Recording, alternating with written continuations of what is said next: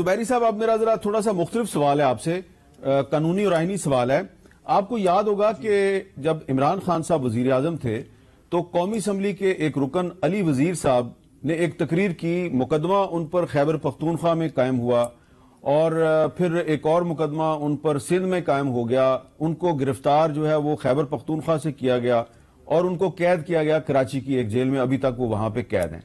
अब वही तारीख जो है वो दोबारा दोहराई जा रही है और पार्लियामेंट के एक और मेंबर है आजम स्वाति साहब, उन्होंने एक पहले तकरीर की, फिर उन्होंने कुछ ट्वीट्स की। उनकी ट्वीट्स की जो लैंग्वेज है वो बिल्कुल भी जो है वो आइन और कानून और तहजीब और शाइस्तगी के मुताबिक नहीं है, वो काबिल मजम्मत है। लेकिन क्या उनके खिलाफ कार्रवाई इस्लामाबाद में नहीं हो सकती थी? उनके खिलाफ मुकदमा कोयटा में कायम किया गया और बलोचिस्तान पुलिस इस्लामाबाद से उनको गिरफ्तार करके कोयटा ले गई, उनको कुचलाक में बंद कर दिया गया। जो अली वजीर के साथ हुआ वही कुछ आजम स्वाति के साथ हो रहा है।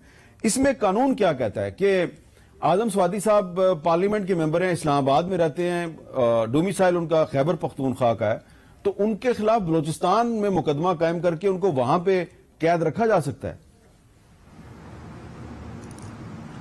देखिए, ये बड़ी अफसोस की बात है। हम अब एक जमहूरी मुल्क के हम लोग बाशिंदे हैं, एक आइन के तहत हम लोगों को रहना है, आइन हमारे हुकूक की तहफ़्फ़ुज़ करता है। लेकिन आप देखिए जो आजम स्वाति साहब के साथ हुआ या अली वजीर साहब जो आप फरमा रहे हैं, इनको देखिए, आपको हक है बयान करने का। अगर आप समझते हैं आपकी तकरीर या कोई बातें जो आप करते हैं वो गलत हैं, उस पर आप कानूनी कार्रवाई करें, लेकिन इस तरह से नहीं। जो आजम स्वाति साहब के साथ जो हमने देखा, मैंने खुद कोर्ट में मौजूद था जब वो उन्होंने बयान किया उनके साथ, उनकी फैमिली के साथ जो हुआ। I was in the supreme court जब वो बयान दे रहे थे, तो मुझे मेरा सर शर्म से झुक गया कि हम लोग रहते हुए एक जमहूरी मुल्क है और हमारी सबसे आईनी अदालत सबसे बड़ी, उसमें चीफ जस्टिस साहब के सामने, उस बेंच के सामने आजम स्वाति इस तरह की बात करें। देखिए, कानून के मुताबिक आपको याद होगा सर हामिद मीर साहब कि ये जो चौधरी ज़हूर इलाही साहब थे 70s में, उनके खिलाफ भी बहस चोरी का केस रजिस्टर करके उनको अरेस्ट किया गया था। तो ये तो हमारी तारीख है।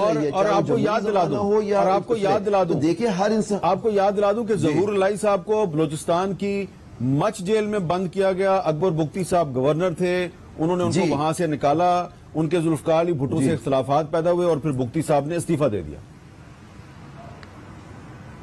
जी बिल्कुल सही। देखिए कानून का अपना हरकत ले, लेकिन ये पुरानी ये तो अंग्रेजों के जमाने के कानून है जिसके तहत इनके ये चीजें हो रही हैं।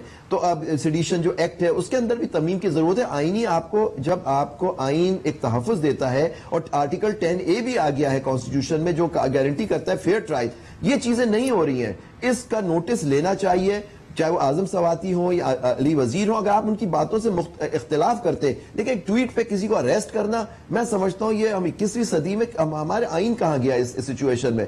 मैं समझता हूं हमारी आला अदलिया को इस बात का, इन केसों का जरूर नोटिस लेना चाहिए और उस पर कार्रवाई करनी चाहिए। और बताएं, उठा के एक सेनेटर को सिर्फ क्योंकि उन्होंने एक बयान दिया जिससे आपको इख्तिलाफ है, आपने उठा के उनको बलोचिस्तान की पुलिस ने आके अरेस्ट कर लिया। ये तहफ़्फ़ुज़ हमें नहीं है सर। अगर आपकी बात पसंद नहीं आती किसी को, आप बात नहीं कर सकते। आपके लब आजाद होने चाहिए, जो अल्लामा इकबाल ने भी फरमाया था, जो बोल के मेरे लब आजाद है। के लब आजाद है तेरे, आपने बिल्कुल दुरुस्त कहा। फैज साहब ने, सॉरी सर, फैज साहब आजाद हैं जी। खुर्रम दस्तगीर साहब, देखिए जो इमरान खान साहब के दौर में अली वजीर साहब के साथ हुआ, अब वही कुछ आजम स्वाति साहब के साथ हो रहा है। तारीख में तो ये लिखा जाएगा जी, लिखा जाएगा। और ये कोई काबिल फ़ख्र बात नहीं है हमारी हुकूमत के लिए भी, क्योंकि जो इजहार राय की आज़ादी है वो एक इंतहाई अहम आज़ादी है मुल्क में जमहूरियत कायम रखने के लिए और आगे बढ़ने के लिए।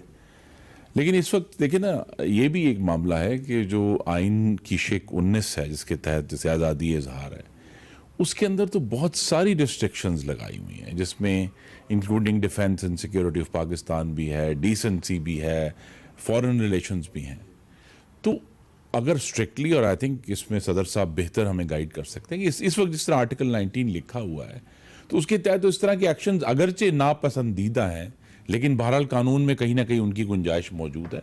तो बेहतर तो ये है कि हम सारे जो सियासी जमातें हैं वो मिलकर ये फैसला करें कि हम आर्टिकल 19 का जो आज़ादी इजहार का की जो बड़ी अहम शिक है उसको दोबारा लिखें, 21वीं सदी के मुताबिक लिखें, जहाँ सोशल मीडिया भी है, जहाँ ओवरऑल बहुत ज़्यादा पहले के मुकाबले में 24 घंटे का मीडिया है, उसको सामने रखते हुए हमें इसको दोबारा लिखने की जरूरत है। आपको मैं याद करवा देता हूँ, जब 18th अमेंडमेंट हो रही थी तो उस वक्त हमने ये सजेस्ट किया था आपकी पार्टी को, पीपल्स पार्टी को, कि ये आर्टिकल 19 को अमेंड करें, तो उन्होंने उस वक्त तो लिफ्ट नहीं कराई। लेकिन मीर साहब देखें, आइन एक जिंदा दस्तावेज है, हाँ। और उसको हमें वक्त के मुताबिक चेंज करना चाहिए। अब ऐसे वक्त में आके जब अगर हम समझते हैं कि 75 सालों बाद बिल आखिर अगर हम एक जमहूरी और आइनी पाकिस्तान की तरफ बढ़ रहे हैं, तो फिर आर्टिकल 19 को भी दोबारा देखना चाहिए और उसमें तब्दीली करनी चाहिए। आबिद जुबैरी साहब, being the president of the supreme court bar association, आपका क्या ख्याल है?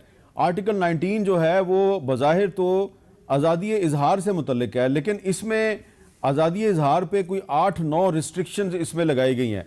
कुछ रिस्ट्रिक्शंस तो ठीक है, मुनासिब हैं कि जी आप ग्लोरी ऑफ इस्लाम के खिलाफ नहीं बोल सकते, लेकिन defence and security of Pakistan और जुडिशरी वाला जो मामला है, चलें उसको भी हम नज़रअंदाज कर देते हैं। लेकिन आप जानते हैं कि इसमें एक ये भी है कि आप किसी दोस्त मुल्क के खिलाफ भी बात नहीं कर सकते, और डिफाइन नहीं किया कि दोस्त डिसेंसी का भी लफ्ज़ और है। डिसेंसी के नाम पे जो है वो बहुत कुछ किया जाता है। और आर्टिकल 19 डिसेंसी और मोरालिटी, तो ये इस पर आप नहीं समझते कि आर्टिकल 19 में भी थोड़ी सी अमेंडमेंट होनी चाहिए? देखिए, पहली तो बात मैं आप दोनों को बताता चलूं कि रिस्ट्रिक्शन जो लगाई है, कि वो आर्टिकल है कि फ्रीडम ऑफ प्रेस वगैरह, उसकी रिस्ट्रिक्शन जो लगाई, रिस्ट्रिक्शन को इंटरप्रेट किया है सुप्रीम कोर्ट ने। सिर्फ रिस्ट्रिक्शन इस तरह से लगती है, रिस्ट्रिक्शन का ये मतलब नहीं होता कि रिस्ट्रिक्शन इस तरह से लगे कि जो आपका बुनियादी हक है वो ख़त्म हो जाए, उस पर कदगन आप कह सकते हैं, ये कदगन ज़रूर है, लेकिन कोई इस तरह से इंटरप्रेट नहीं हो सकता कि जी आर्टिकल 19 का इसका मतलब ग्लोरी ऑफ इस्लाम के बारे में हर चीज़ उस ज़िम्रे में नहीं आएगी, या मोरालिटी और डिसेंसी, कि जी वो डिसेंसी मोरालिटी किसकी होती है, इंटरप्रेट कोर्ट को ही करना है कि जी डिसेंसी मोरालिटी क्या है, और बाकी जो रिस्ट्रिक्शंस है वो कोर्ट ही इंटरप्रेट करेगी। लेकिन जो इंटरप्रिटेशन कोर्ट ने की है कि ये आपका बुनियादी हक जो है आज़ादी का, ये जो फ्रीडम ऑफ एक्सप्रेशन, प्रेस, ये सब चीज़ें, उस पर कोई इस तरह की पाबंदी नहीं लग सकती जिससे वो ख़त्म हो जाए। तो यही मेरा मकसद, बिल्कुल अगर आप समझते हैं कि इसके अंदर पॉलिटिकल पार्टीज़, हमारी जो सिविलियन हुकूमतें हैं या पार्लियामेंटेरियंस हैं, वो समझते हैं कि इसको बेहतर किया जा सकता है, तो ज़रूर करें। लेकिन रिस्ट्रिक्शन के मैंने आपको बता दिया कि इंटरप्रिटेशन इस तरह से होगी कि मेन बेसिक हक आपका ख़त्म नहीं होगा सर।